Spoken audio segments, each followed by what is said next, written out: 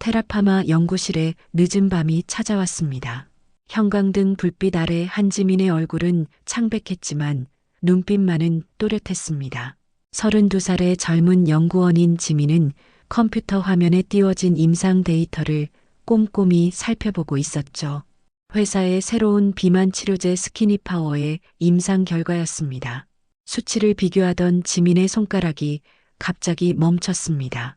무언가 이상했습니다. 이게 말이 돼? 환자 300번 케이스에서 간 수치가 이렇게 높아질 수 없는데. 지민은 서둘러 다른 환자 데이터를 찾아보기 시작했고 곧 충격적인 사실을 발견했습니다. 최소 12명의 환자에게서 심각한 간 손상 징후가 있었으나 최종 보고서에서는 이 데이터가 모두 삭제되어 있었죠. 누군가 의도적으로 위험 신호를 감춘 것이 분명했습니다. 자정을 넘긴 시간, 지민은 마지막 지하철을 타고 집으로 돌아왔습니다.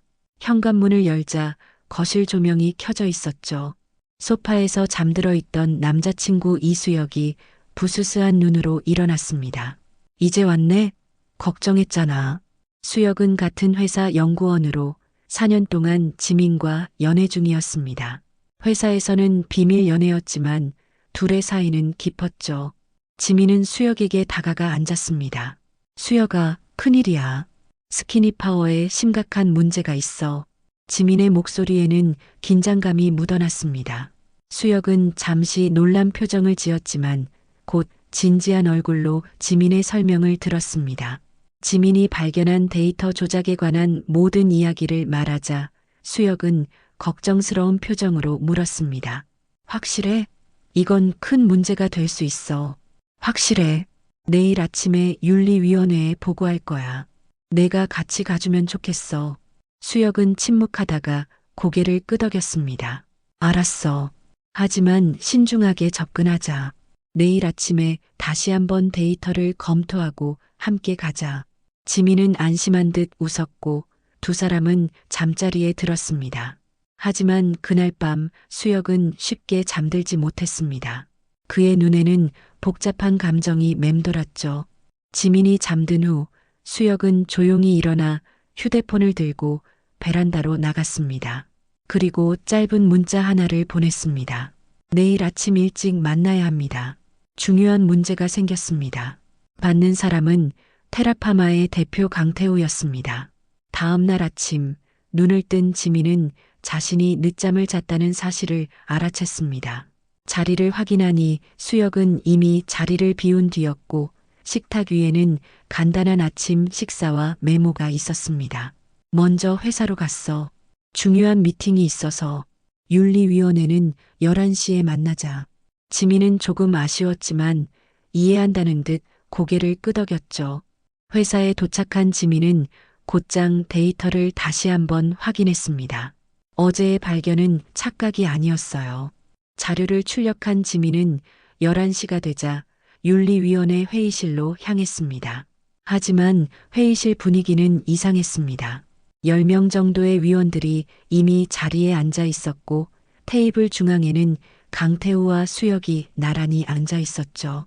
모든 시선이 지민을 향했고 웃음기가 사라진 얼굴들만이 가득했습니다.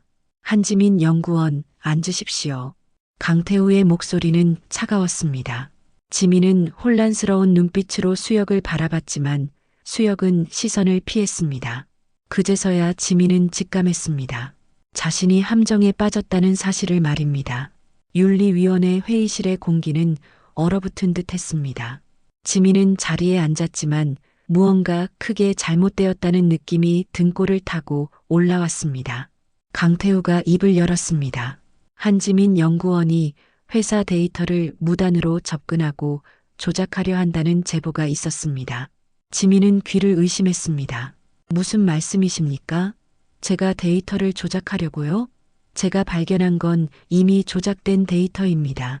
지민은 가져온 증거 자료를 내밀었지만 아무도 자료를 받으려 하지 않았습니다. 대신 수혁이 천천히 일어나 발표를 시작했습니다. 어젯밤 지민 연구원이 임상 데이터를 의도적으로 변경하는 것을 목격했습니다. 제가 막으려 하자 지민 연구원은 이 약이 출시되면 회사에 큰 이익이 될 것이니 약간의 부작용은 눈 감아야 한다고 말했습니다. 지민의 얼굴이 창백해졌습니다. 그건 말도 안 돼. 수혁아, 그게 아니잖아. 내가 발견한 건 충분합니다. 한 연구원 강태우가 말을 끊었습니다. 이 위원회는 이미 충분한 증거를 검토했습니다. 당신의 행동은 회사 윤리 규정에 심각하게 어긋납니다. 지민은 패닉 상태에 빠졌습니다. 눈앞이 캄캄해지는 느낌이었죠. 어떻게 이런 일이 벌어질 수 있는지 이해할 수 없었습니다. 회의가 끝나고 복도로 나왔을 때 지민은 수혁을 붙잡았습니다. 왜 이러는 거야? 우리가 발견한 건 진실이야. 이 약은 위험해. 수혁의 눈빛은 냉정했습니다. 미안해, 지민아. 하지만 이건 내가 이해하기 어려운 비즈니스야. 이 약은 회사를 업계 선두로 만들 열쇠야. 내가 이렇게 방해하면 우린 둘 다 살아남을 수 없어. 내가 나를 배신한 거야? 배신이라기보다 선택이었어. 내 미래를 위한. 지민은 가슴이 찢어지는 고통을 느꼈습니다. 4년간의 신뢰와 사랑이 한순간에 무너지는 소리가 들리는 것 같았죠. 오후에 지민은 해고 통보를 받았고 개인 물품을 챙겨 회사를 떠나야 했습니다. 사무실을 나서는 길에 동료들의 차가운 시선이 그녀를 따라다녔습니다. 모두가 그녀를 데이터를 조작하려 한 비윤리적 연구원으로 여기고 있었죠. 집으로 돌아온 지민은 며칠간 방에서 나오지 않았습니다. 전화기는 꺼놓았고 누구와도 연락하지 않았죠. 그러나 일주일이 지나자 지민은 결심했습니다. 포기할 수는 없다고. 그녀는 대학 선배인 박진우에게 연락을 취했습니다. 진우는 서울경찰청 강력범죄수사팀의 형사였습니다. 진우 선배, 도움이 필요해요. 두 사람은 조용한 카페에서 만났습니다. 진우는 여전히 묵직한 느낌의 남자였습니다. 36살의 그는 경찰 제복 대신 단정한 사복 차림이었지만 그의 눈빛은 여전히 날카로웠죠. 오랜만이네, 지민아. 무슨 일이야? 지민은 모든 이야기를 털어놓았습니다. 스키니 파워의 위험성, 데이터 조작, 수혁의 배신까지. 진우는 처음에는 회의적인 표정이었지만 지민의 진심 어린 눈빛을 보며 점차 마음을 바꿨습니다. 내가 공식적으로 수사할 권한은 없어 하지만 개인적으로 도울 수는 있을 거야. 진우의 도움으로 지민은 임상시험에 참여했던 환자들을 찾아다니기 시작했습니다. 그들 중 일부는 이미 심각한 부작용에 시달리고 있었죠. 한편 수혁은 회사에서 승진하여 스키니파워 프로젝트의 책임자가 되었습니다. 그러나 수혁도 완전히 양심을 버린 것은 아니었기에 약의 일부 성분을 수정하여 위험성을 줄이려 노력했지만 근본적인 문제는 해결되지 않았습니다. 어느 날 밤 지민과 진우는 중요한 증언을 확보한 임상시험 참가자와 만났습니다. 그는 간 기능이 급격히 악화되어 입원한 경험이 있었죠. 하지만 그 다음 날 지민은 충격적인 뉴스를 들었습니다. 그 참가자가 갑자기 사망했다는 소식이었습니다. 공식적으로는 자살로 처리되었지만 지민과 진우는 회사의 개입을 의심했습니다. 이제 증거가 사라졌어, 어떡하지? 지민이 절망적으로 물었습니다. 진우가 그녀의 손을 꼭 잡았습니다. 포기하면 안 돼. 우리는 계속 싸워야 해. 하지만 그날 밤 귀가하던 지민은 검은 승용차에 강제로 태워졌습니다. 차 안에서 그녀는 눈을 가려졌고 한참을 달린 끝에 한 창고로 끌려갔습니다. 그곳에서 지민은 강태우와 수혁을 마주하게 되었습니다. 끈질기군요. 한 연구원 강태우의 목소리는 여전히 차가웠습니다. 하지만 이제 그만했으면 합니다. 우리 약은 곧 승인을 받을 거고 당신은 더 이상 방해할 수 없어요. 지민은 두려웠지만 용기를 내어 말했습니다. 사람들이 죽고 있어요. 양심이 없으세요? 강태우는 비웃었습니다. 비즈니스에 감정은 필요 없습니다. 수혁은 지민을 차갑게 바라보았습니다. 넌 항상 너무 이상주의적이었어. 현실을 보지 못하는. 그때였습니다. 수혁의 말이 채 끝나기도 전에 지민은 갑자기 경비원의 틈을 타달리기 시작했습니다. 2층으로 올라가 창문을 발견한 그녀는 마지막 결단을 내렸습니다. 뒤에서 경비원들이 다가오고 있었죠. 날 잡을 수 있다고 생각하지 마. 지민은 창문을 깨고 몸을 던졌습니다. 그 순간 그녀가 몰랐던 사실은 창고가 강가 절벽 위에 있었다는 것입니다. 지민은 수십 미터 아래 어두운 강물로 떨어졌고 의식을 잃었습니다. 강은 지민의 의식을 삼켰습니다. 얼마나 시간이 흘렀을까요? 차가운 물살은 그녀를 하리로 떠밀어 갔고 마침내 한 노인 어부의 그물에 걸려 구조되었습니다. 의식을 잃은 지민을 발견한 노인은 즉시 그녀를 작은 배 위로 끌어올렸습니다. 다행히 지민은 살아 있었습니다. 하지만 기억은 혼란스러웠고 몸은 상처투성이었죠. 어서 병원에 가야 하네 노인의 말에 지민은 미약하게 고개를 저었습니다. 병원은 안 돼요. 제발. 그녀는 병원에 가면 누군가가 자신을 찾을 것을 두려워했습니다. 노인은 의아했지만 지민의 간절한 눈빛에 마음이 움직였고 대신 그의 작은 시골집으로 그녀를 데려갔습니다. 한 달간 노인의 보살핌 속에 회복한 지민은 어느 날 작은 마을의 신문 가판대에서 충격적인 헤드라인을 발견했습니다. 테라파마 내부 고발자 의문의 실종.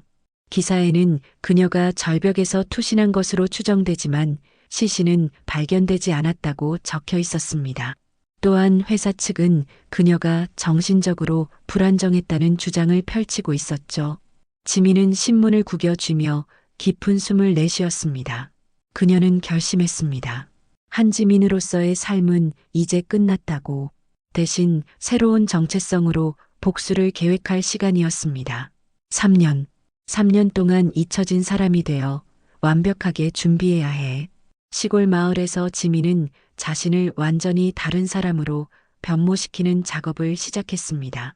그녀의 몸이 회복되는 동안 마음속에는 복수의 불꽃이 타올랐죠. 하지만 이제는 더 냉철하고 계산적이었습니다. 그로부터 1년 후 지민은 텔레비전 뉴스에서 충격적인 장면을 보았습니다. 그녀의 장례식이었습니다. 시신 없이 형식적으로 치러진 장례식에는 그녀의 부모님이 오열하고 있었습니다. 아버지 한상철은 무표정한 얼굴로 서 있었지만 그의 떨리는 손과 붉어진 눈가가 내면의 고통을 말해주었습니다. 내 딸은 결코 자살하지 않았어. 누군가가 그 아이를 죽인 거야. 어머니 김미영은 관 앞에서 실신하기 직전까지 울부짖었습니다. 내 딸이 어떻게 그 아이가 무슨 잘못을 했다고. 카메라는 장례식 참석자들을 비추었고 그 중에는 진우와 수혁도 있었습니다. 진우의 얼굴에는 깊은 자책감이 서려 있었고 수혁은 위선적인 슬픔의 가면을 쓴 채 참석했습니다. 지민의 가슴이 찢어질 듯 아팠습니다. 그녀는 부모님에게 알리고 싶었지만 아직은 때가 아니었습니다. 그녀는 더 철저하게 준비해야 했습니다. 2년이 흐른 뒤 지민은 신문에서 또 다른 충격적인 기사를 발견했습니다. 유명 전직 연극배우 스키니파워로 새 삶을 찾다. 기사에는 그녀의 어머니 김미영이 비만 치료를 위해 스키니파워를 복용 중이라는 내용이 있었습니다. 테라파마의 홍보 기사였죠. 공포에 질린 지민은 곧바로 결단을 내렸습니다. 더 이상 기다릴 수 없었습니다. 지난 3년간 그녀는 완전히 다른 모습으로 변했습니다. 머리카락 색깔부터 스타일, 눈동자 색깔을 바꾸는 컬러 렌즈. 과거의 지민은 더 이상 찾아볼 수 없었습니다. 저녁 무렵 지민은 부모님의 집 앞에 섰습니다. 그녀의 심장은 격렬하게 뛰었고 손은 떨리고 있었습니다.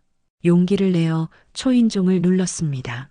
문이 열리고 세월의 흔적이 깊게 패인 아버지의 얼굴이 나타났습니다. 한상철은 낯선 방문객을 의아하게 바라봤습니다. 누구십니까? 지민은 가짜 신분으로 준비했던 말을 하려다가 아버지의 눈빛에 결심이 흔들렸습니다. 거실에서 어머니의 기침 소리가 들렸고 그 소리에 지민은 더 이상 거짓말을 할 수 없었습니다. 아버지, 저예요. 지민이에요. 한상철의 얼굴이 창백해졌습니다. 그는 뒤로 물러나며 손을 들어 가슴을 움켜쥐었습니다. 무슨 말도 안 되는. 그 순간 어머니 김미영이 현관으로 나왔습니다.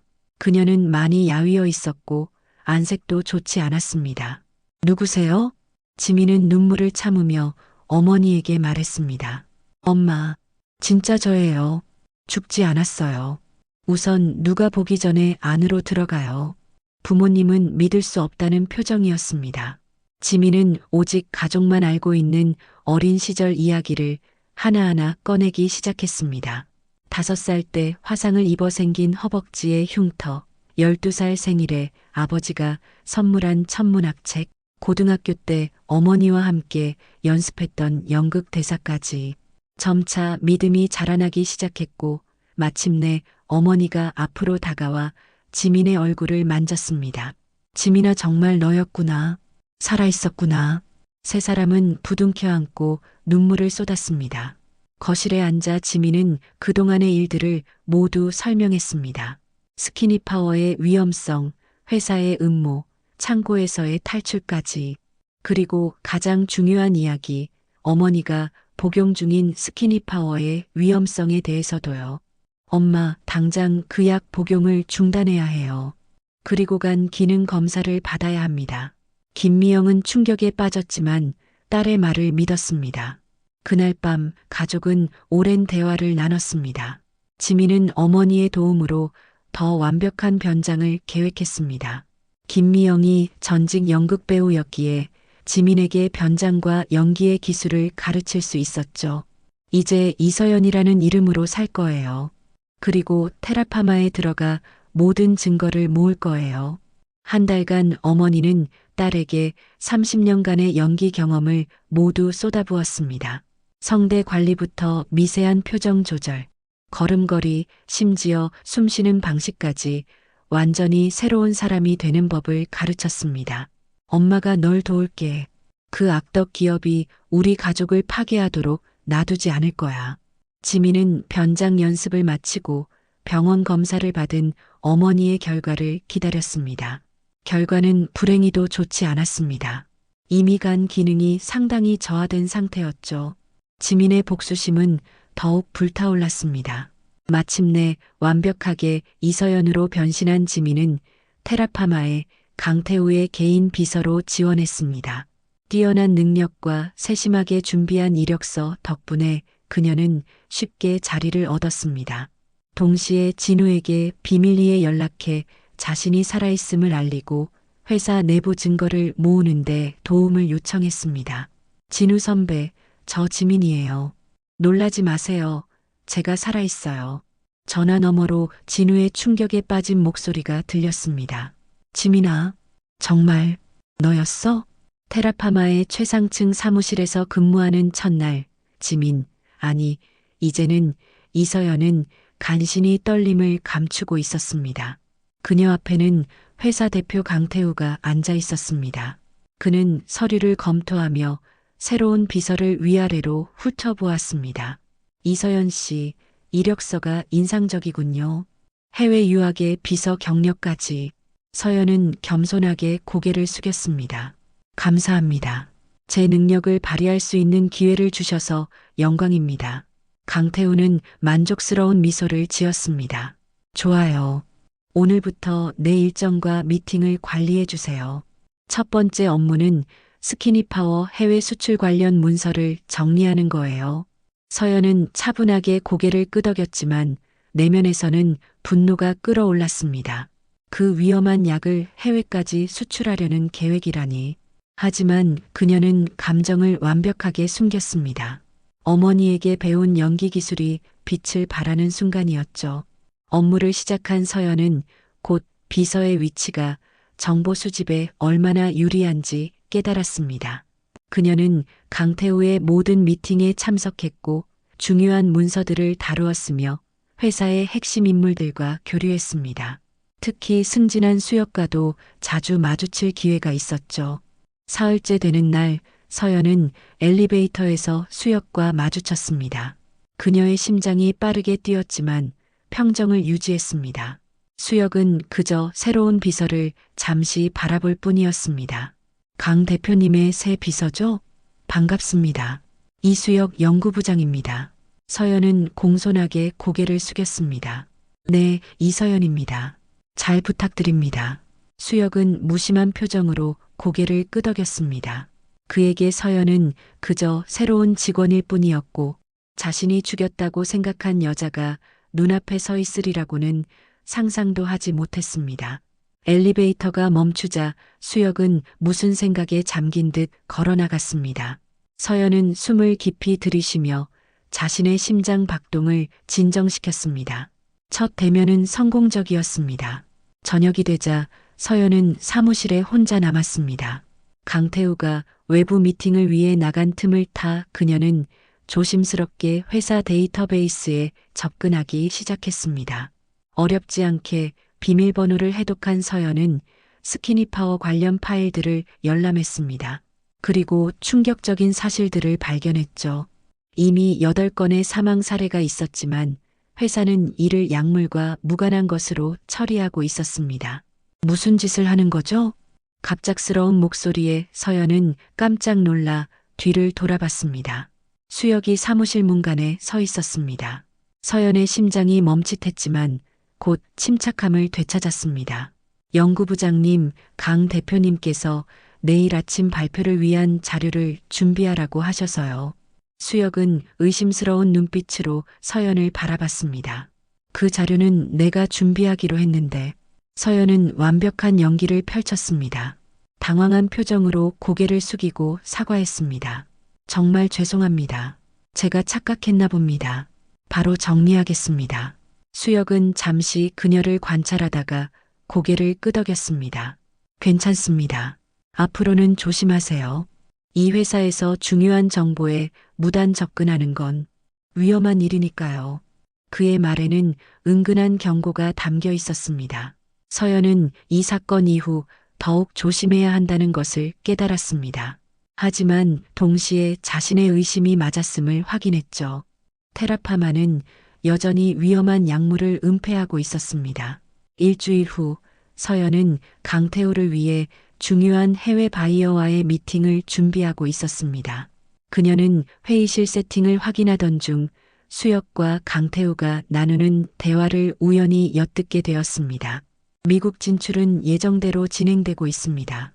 하지만 최근 몇몇 환자들의 부작용 사례가 문제가 될 수 있습니다. 강태우의 표정이 굳어졌습니다. 모두 처리했다고 생각했는데 대부분은 해결했습니다만 최근 서울 대병원에 입원한 환자가 약물과의 연관성을 주장하고 있습니다. 언론에 이야기할 가능성도 있고요. 강태우는 차가운 목소리로 대답했습니다. 그럼 평소대로 처리하세요. 우리에게는 많은 방법이 있잖아요. 수혁은 망설이는 눈빛으로 고개를 끄덕였습니다. 그의 표정에는 미세한 갈등이 엿보였지만 결국 강태우의 지시를 따르기로 결정한 듯 했습니다. 서연은 조심스럽게 뒤로 물러나 들키지 않도록 했습니다. 그녀는 즉시 진우에게 연락을 취했습니다. 선배, 서울대병원에 스키니파워 부작용으로 입원한 환자가 있어요. 그 사람이 위험할 수 있어요. 빨리 찾아봐 주세요. 진우는 즉각 행동에 나섰고 다행히 그 환자를 보호 조치할 수 있었습니다. 이 일은 서연과 진우에게 중요한 증인을 확보하는 기회가 되었습니다. 그러나 이 사건으로 강태우는 내부에 누가 있다는 의심을 품기 시작했죠.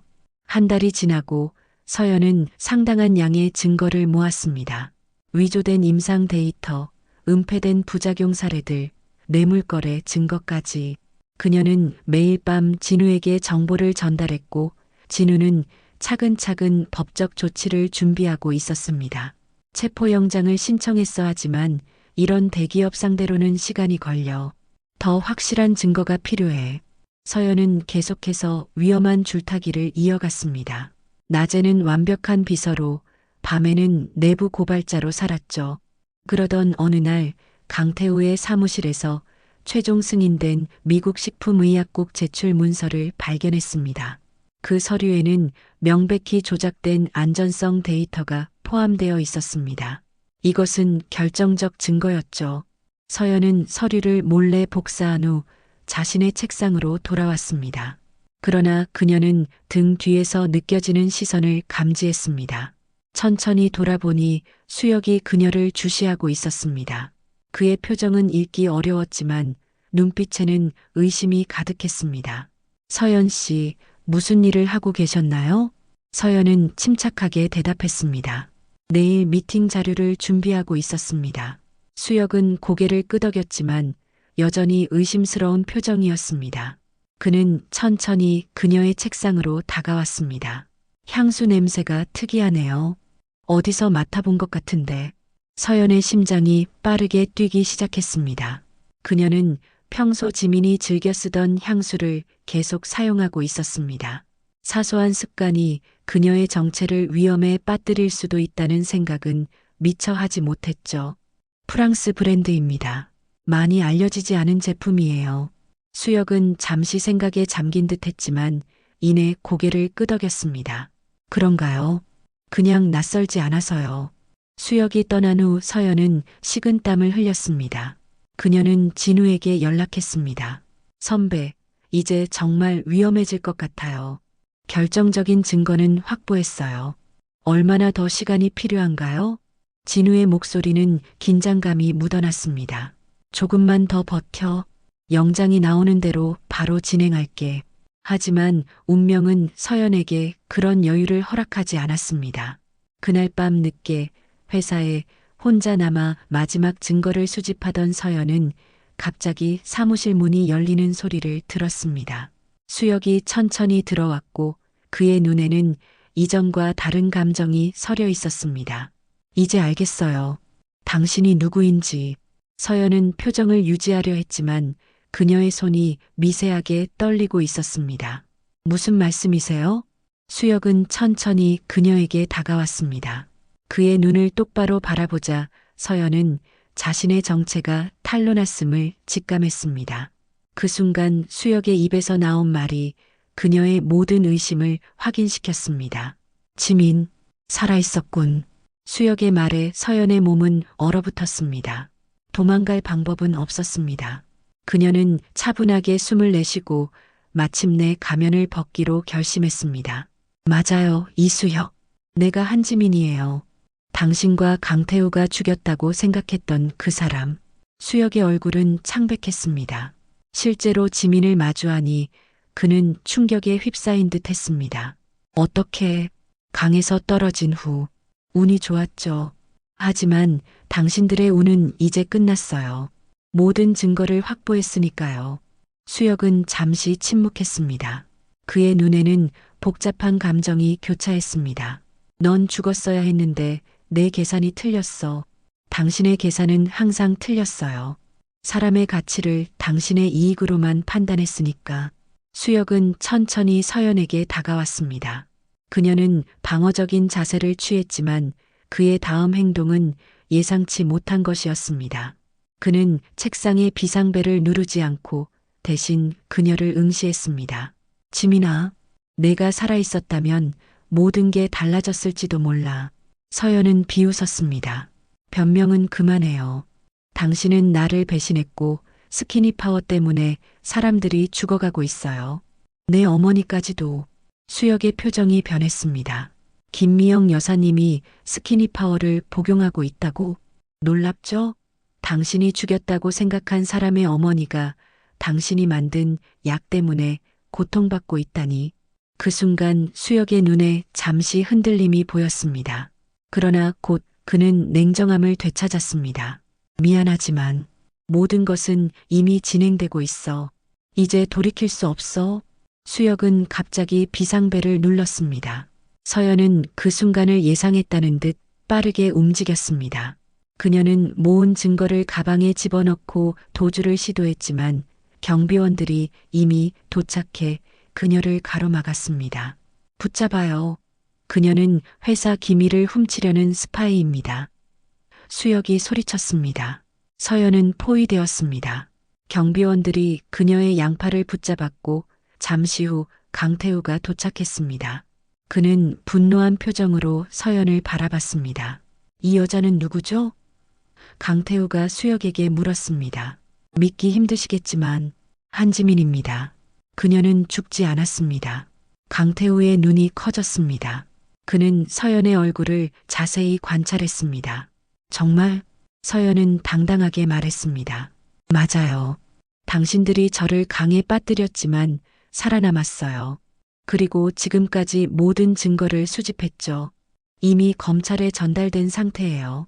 강태우는 냉소적으로 웃었습니다. 허세는 그만두시죠.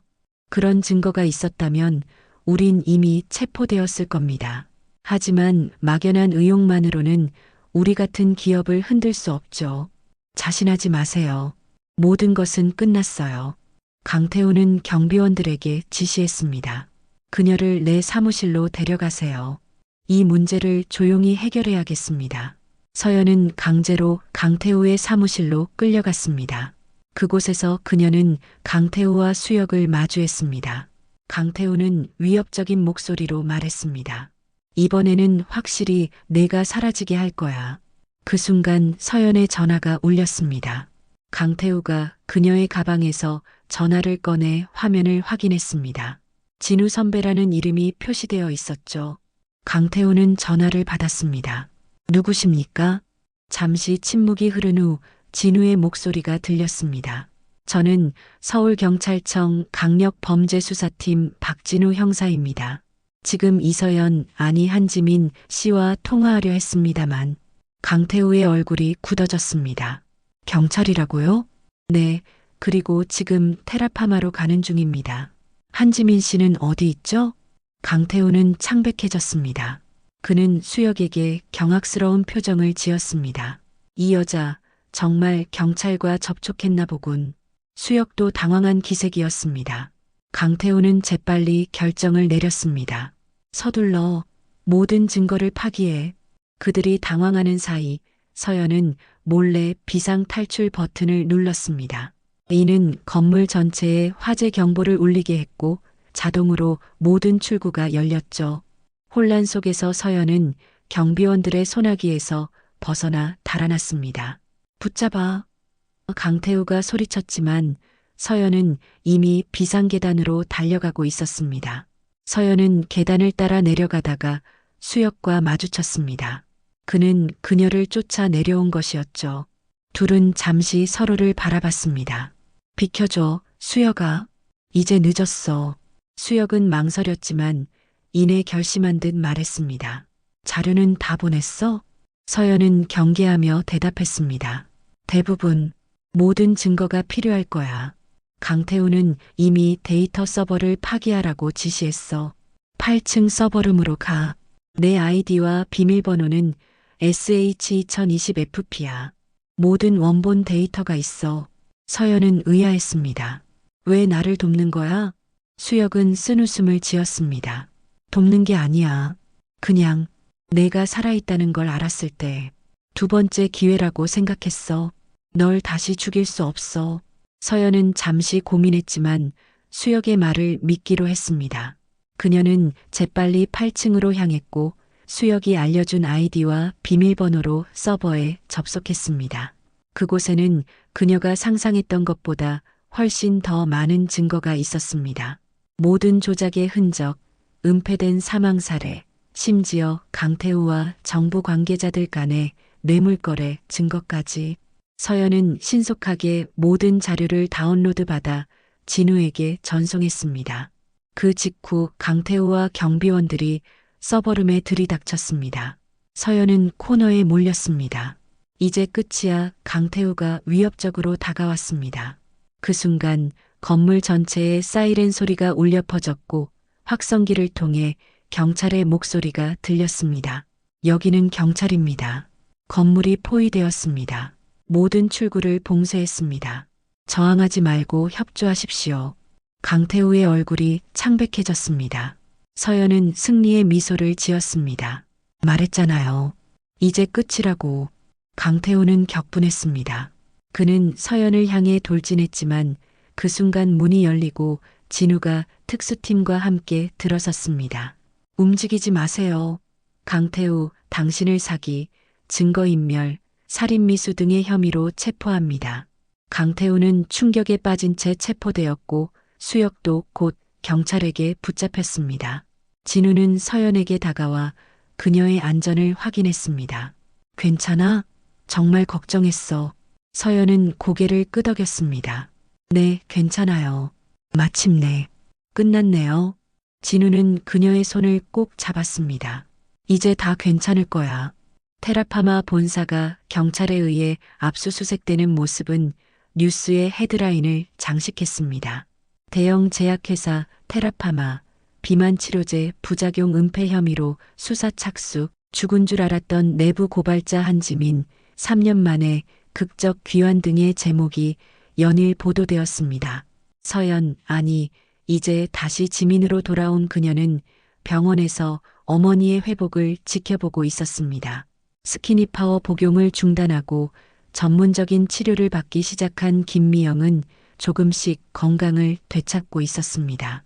지민의 아버지 한상철도 술을 끊고 새로운 삶을 시작했죠. 병실 문이 열리고 진우가 들어왔습니다. 그는 지민에게 미소를 지었습니다. 좋은 소식이야. 검찰이 강태우와 수혁을 비롯한 모든 관련자들을 기소하기로 결정했어. 증거가 너무 확실해서 변명의 여지가 없대. 지민은 안도의 한숨을 내쉬었습니다. 다행이에요. 이 모든 것이 꿈만 같네요. 진우는 조심스럽게 말을 이어갔습니다. 그런데 수혁이 널 만나고 싶어 해.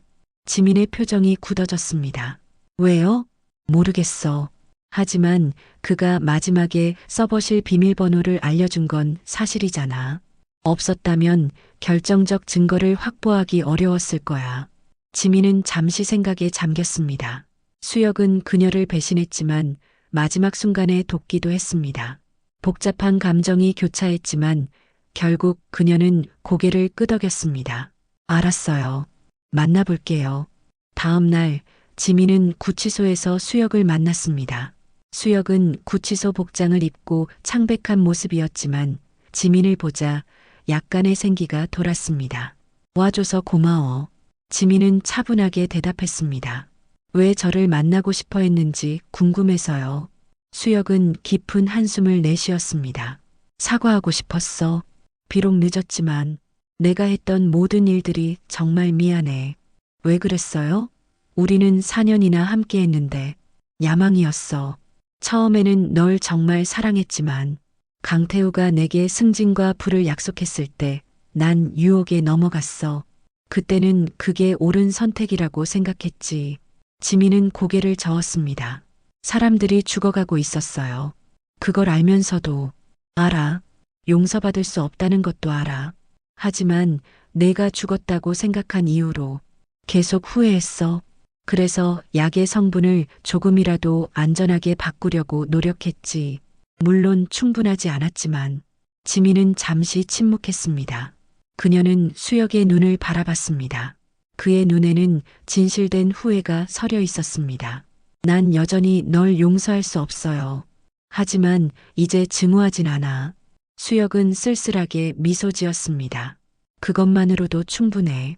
지민이 일어서려 할 때 수혁이 마지막으로 말했습니다. 지민아, 진우는 좋은 사람이야.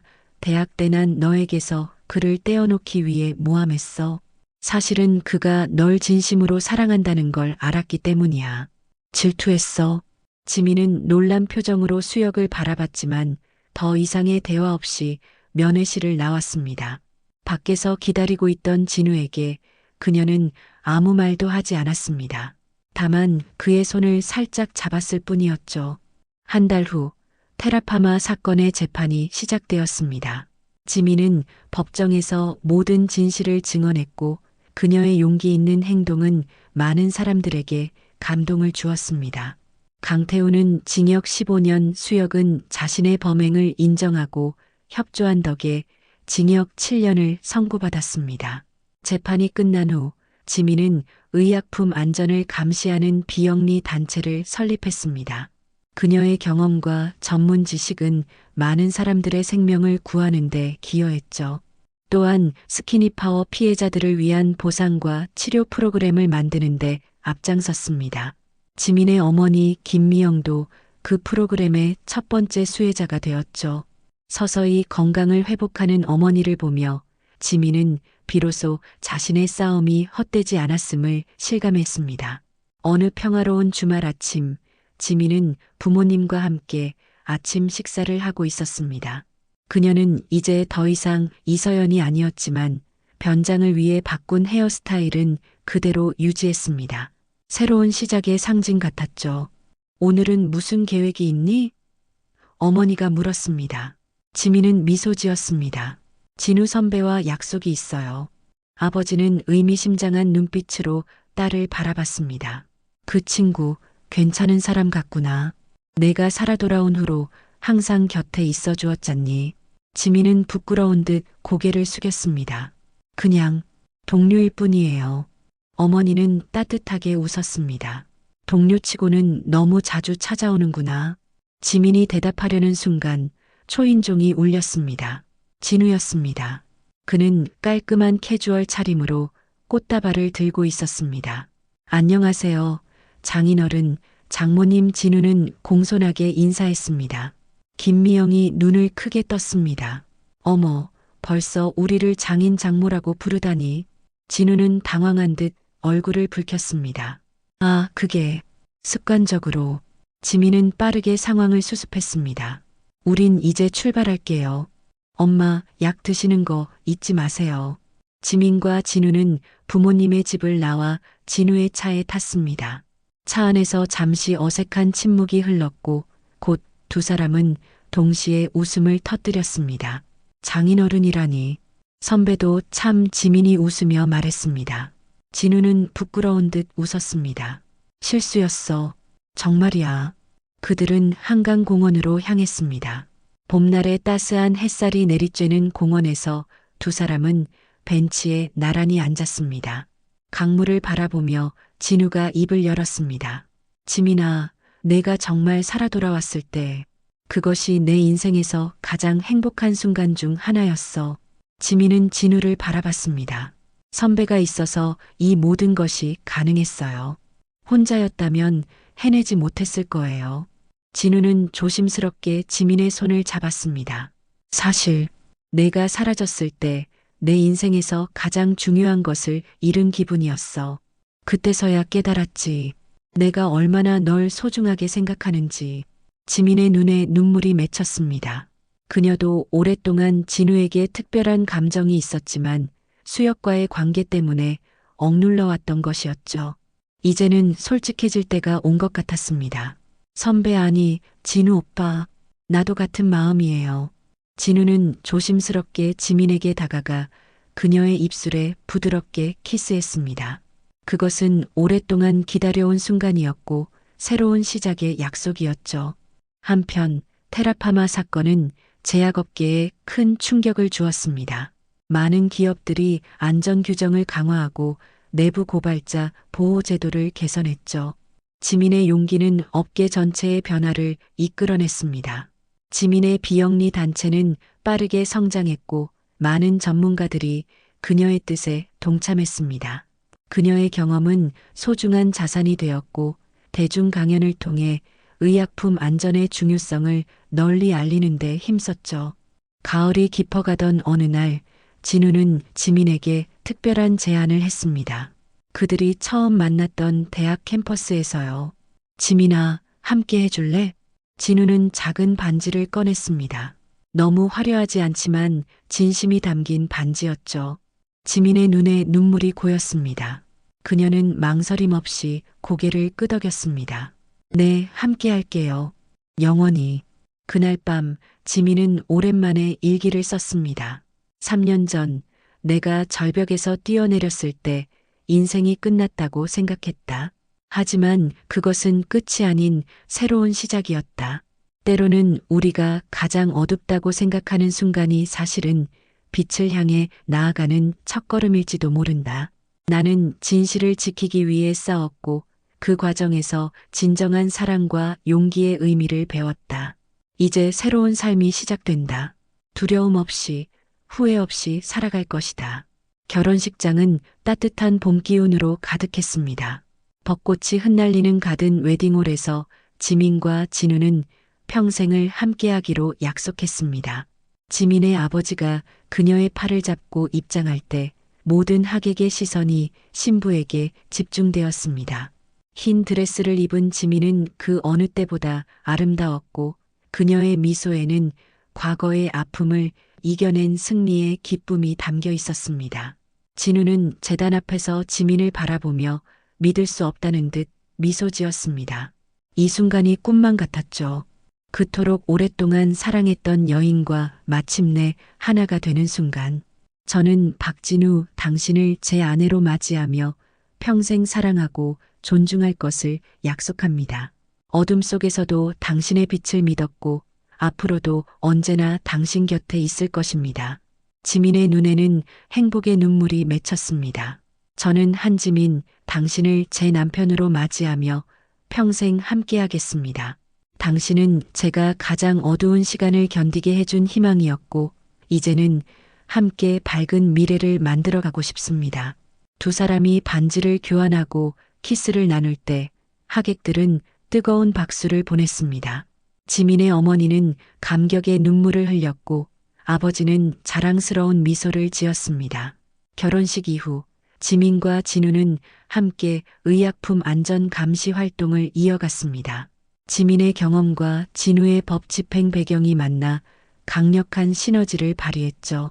그들은 여러 제약회사의 불법 행위를 추가로 밝혀내며 산업 전반의 개혁을 이끌어냈습니다.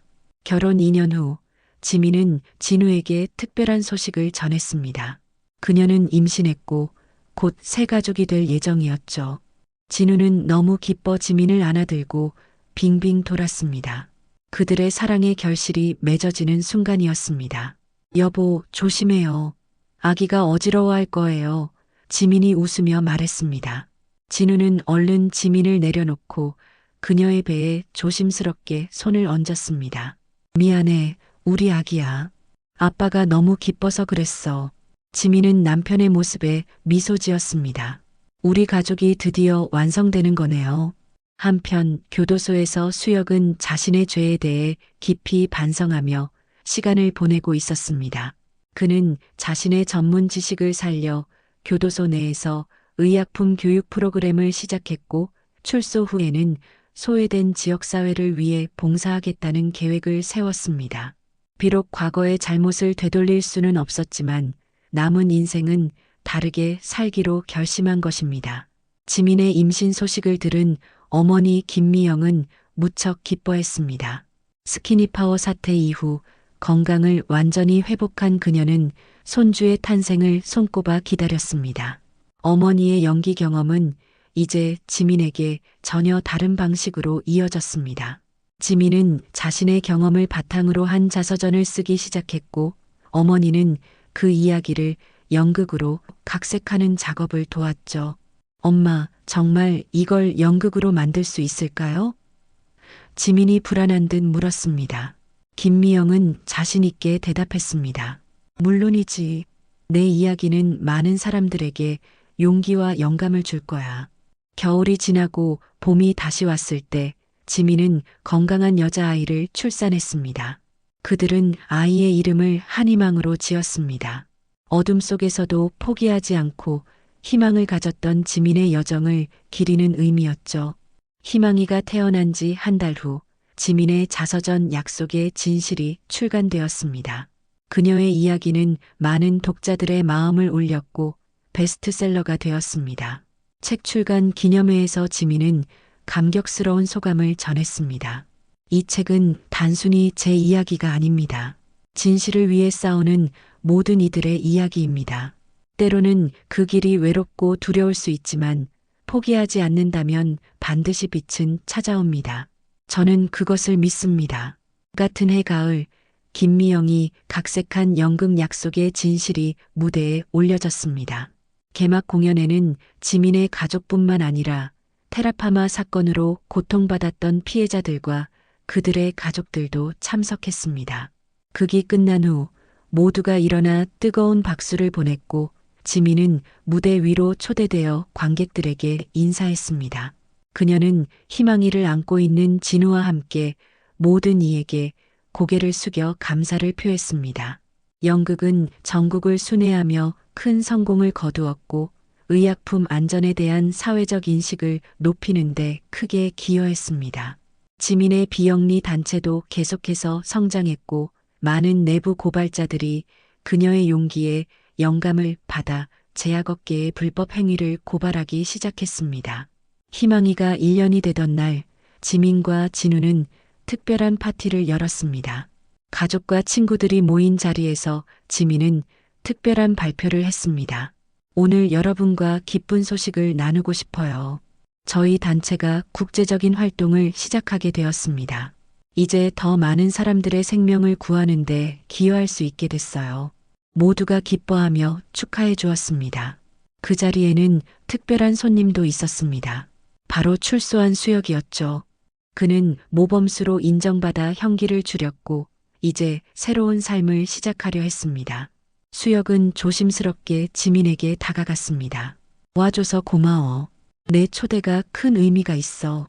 지민은 미소 지었습니다.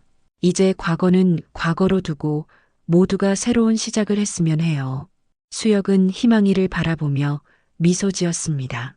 정말 예쁜 아이네. 행복하길 바라. 진우는 처음에는 수혁을 경계했지만 지민의 선택을 존중했습니다. 그는 수혁에게 다가가 조심스럽게 손을 내밀었습니다. 새 출발을 환영해. 수혁은 감사하게 진우의 손을 잡았습니다. 그것은 오랜 반목이 끝나고 화해의 시작을 알리는 순간이었습니다.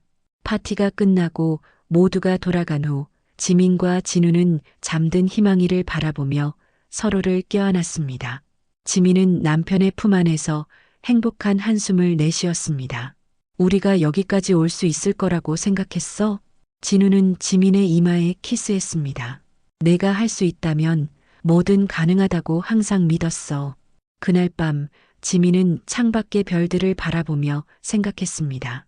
어둠 속에서도 별은 빛나고 언젠가는 새벽이 온다는 것을. 그녀의 여정은 끝이 아닌 새로운 시작이었습니다.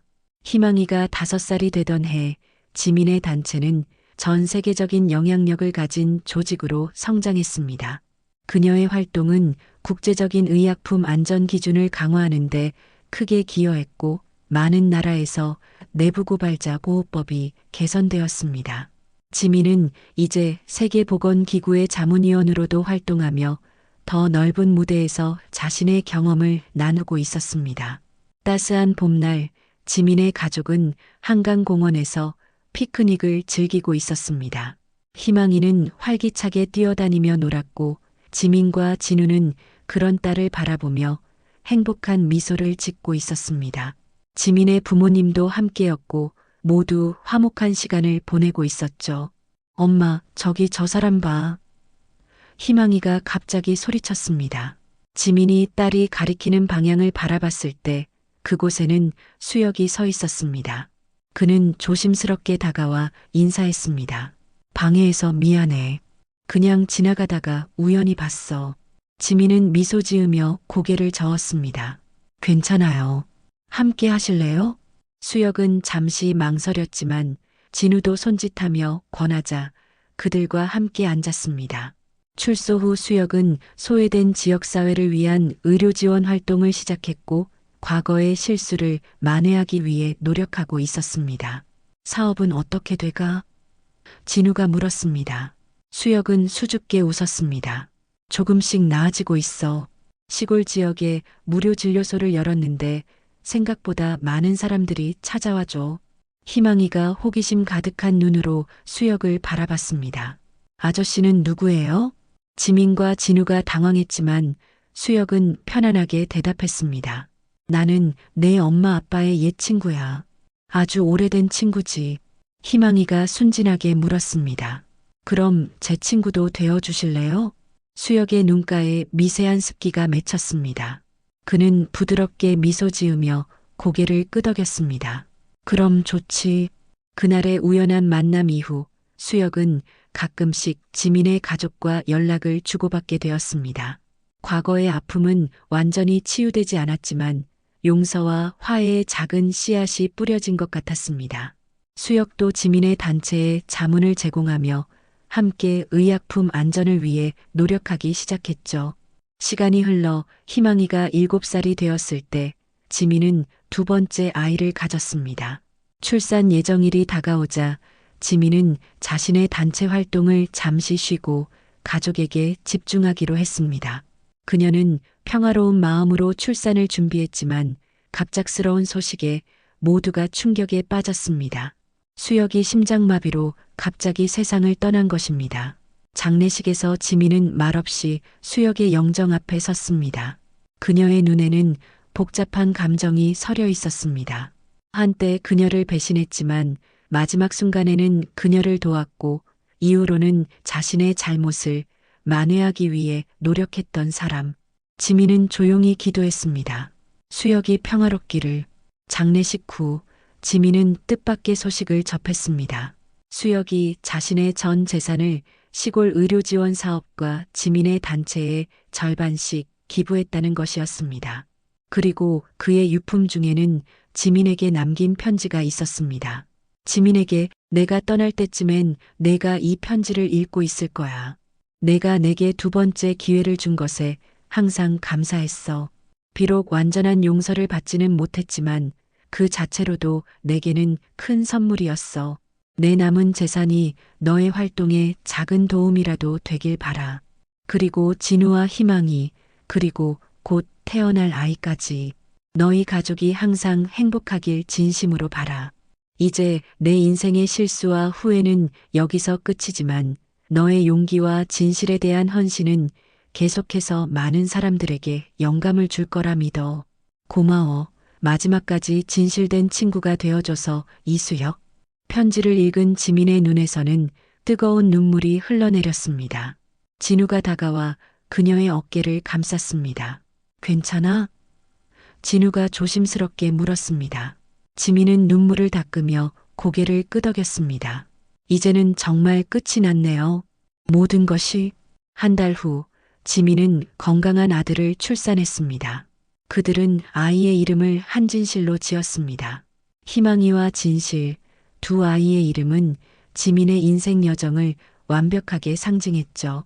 어둠 속에서 희망을 잃지 않고 언제나 진실을 추구했던 그녀의 살처럼 다시 1년이 지나 지민은 자신의 경험을 바탕으로 한 새로운 책 두 번째 삶을 출간했습니다. 이 책에서 그녀는 과거의 아픔을 넘어 화해와 용서의 중요성에 대해 이야기했습니다. 책은 또 한 번 큰 반향을 일으켰고 지민은 국제문학상까지 수상하게 되었습니다. 시상식 날 지민은 가족과 함께 무대에 올랐습니다. 그녀는 상을 받으며 감동적인 소감을 전했습니다. 이 책을 통해 저는 단순히 제 이야기를 나누는 것이 아니라 우리 모두가 가진 두 번째 기회의 가능성에 대해 말하고 싶었습니다. 인생에서 때로는 우리가 넘어지고 배신당하고 심지어 죽음의 문턱까지 가기도 합니다. 하지만 포기하지 않는다면 언제나 새로운 시작이 있습니다. 저는 그 두 번째 삶을 살고 있고 그것이 얼마나 아름다운지 매일 깨닫습니다. 이 여정을 함께해준 제 가족, 특히 제 남편 진우와 우리 아이들 희망이와 진실이에게 이 상을 바칩니다.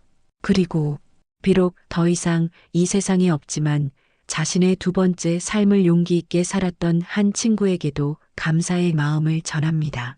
진우는 자랑스러운 눈빛으로 아내를 바라봤고 희망이는 엄마의 손을 꼭 잡았습니다.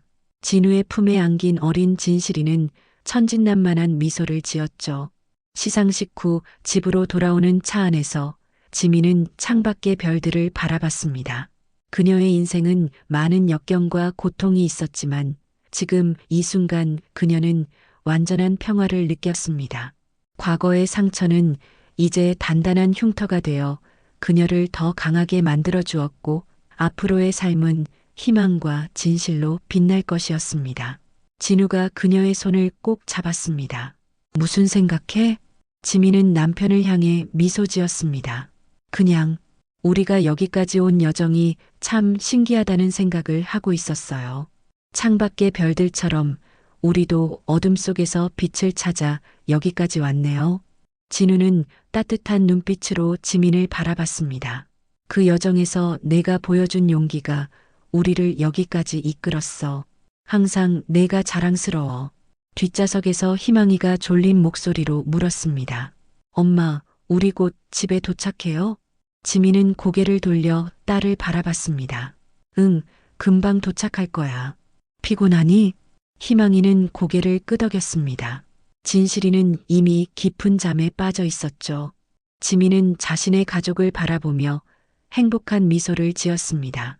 이것이 바로 그녀가 그 모든 싸움을 견뎌낸 이유였습니다. 진실을 지키고 안전한 세상을 만들기 위해. 그리고 지금 그녀는 그 보상을 누리고 있었습니다. 10년이 더 지난 후 희망이는 17살의 활기찬 청소년이 되었고 진실이는 10살이 되어 아버지처럼 정의로운 성격으로 자라고 있었습니다. 지민의 비영리 단체는 국제적 명성을 얻어 전 세계 의약품 안전 향상에 큰 역할을 하고 있었고 진우는 경찰청 최연소 총경으로 승진하여 화이트칼라 범죄 수사에 앞장서고 있었습니다. 어느 평화로운 주말, 가족은 집 마당에서 바베큐 파티를 열었습니다.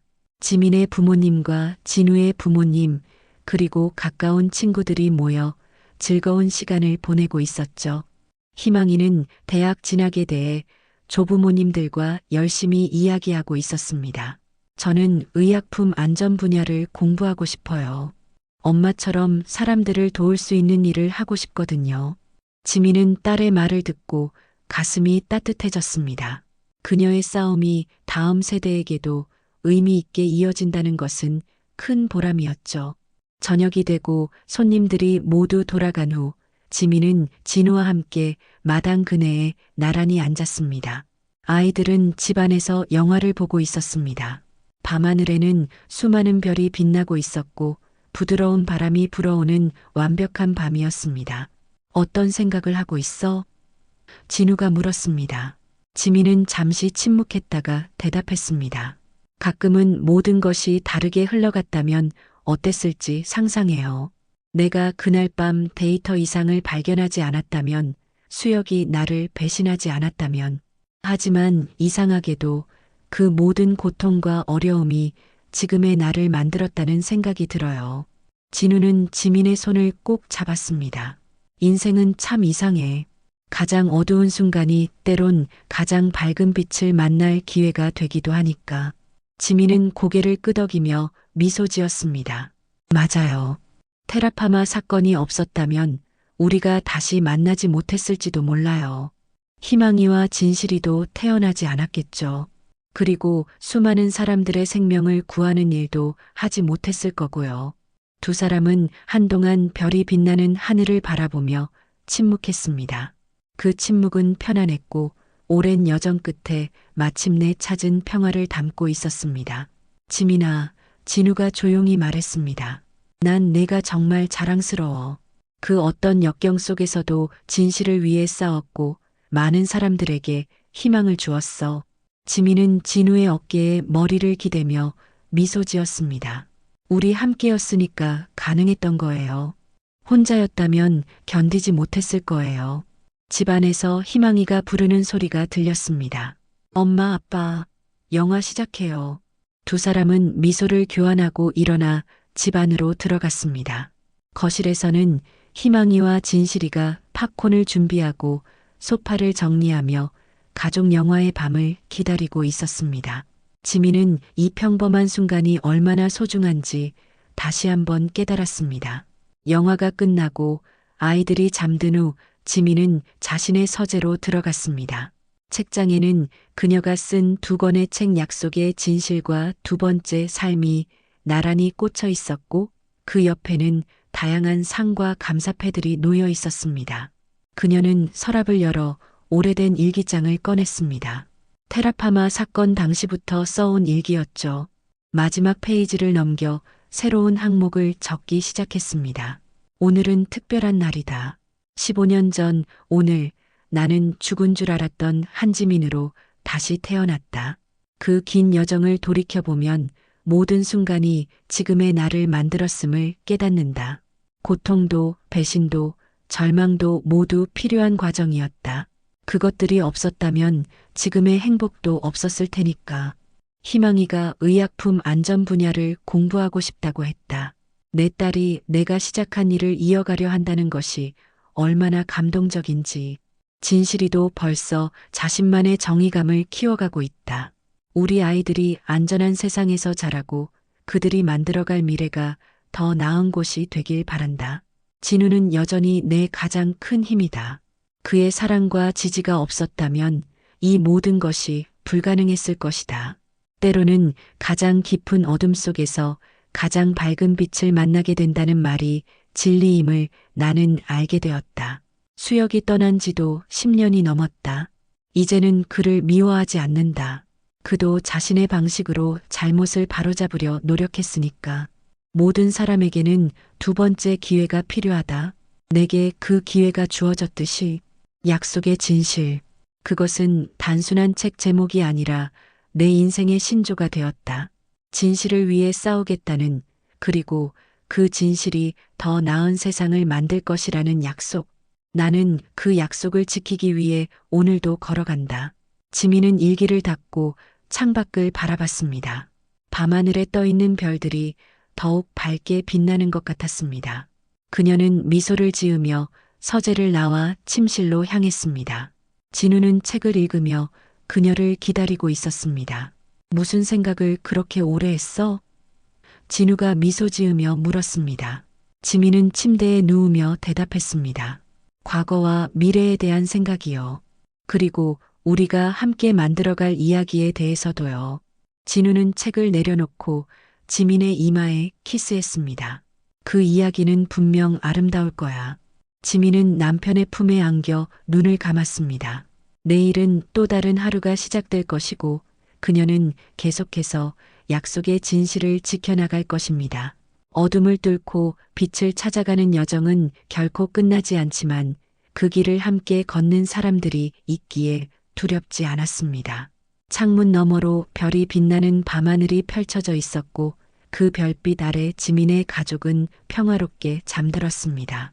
때로는 가장 어두운 밤이 가장 밝은 별을 볼 수 있게 해준다는 것을 지민은 이제 온전히 이해하게 되었습니다.